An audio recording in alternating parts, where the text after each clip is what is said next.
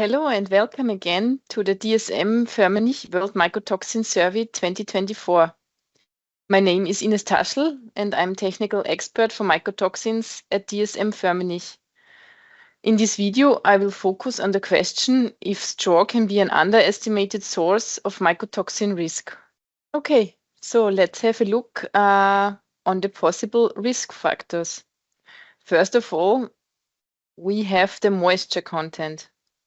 Straw stored with high moisture can create an ideal environment for mold growth and therefore for mycotoxin occurrence.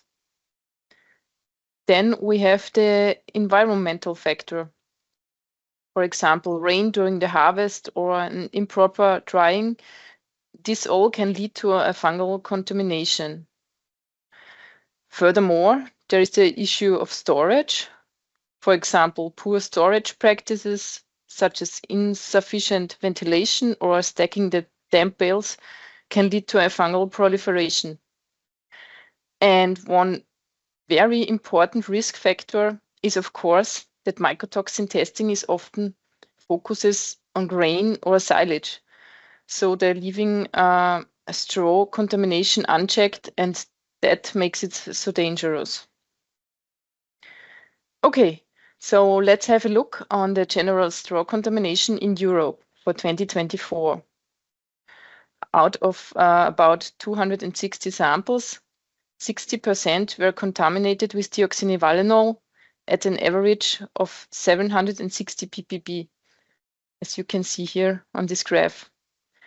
Also, zearalenone and T2 toxin were occurring at 36 and 27% of all tested straw samples at a quite high contamination level.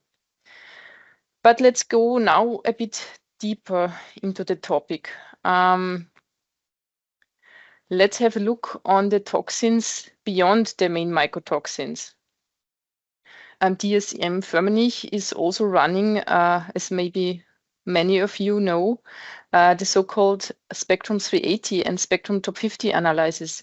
With this analysis, we can test for more than 1,000 mycotoxins and metabolites.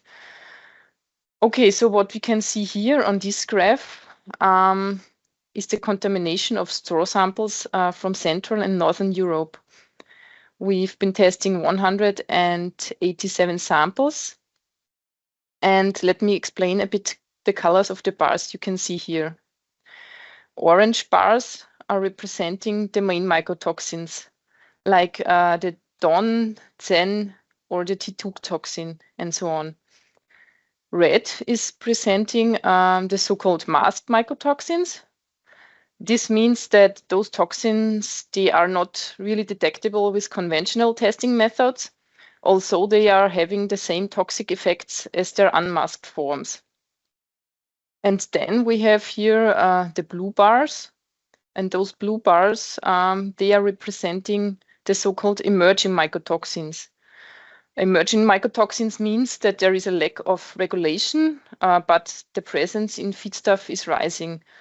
Like here, you can see here the eniatins and culmorin occurring, as you can see, in a lot of samples. So let me pick culmorin as an example. It is occurring in more than 2/3 of all tested straw samples. And the average contamination level is around 1,817 ppb. So what makes it so special, this culmorin? Let's have a look at this example of the porcine intestinal cells. Culmorin itself has no cytotoxicity on intestinal cells of pigs, but it's inhibiting the natural DON detoxification mechanism in the liver. And in this case, you have to know that culmorin was co-occurring with DON in 99% of all straw samples.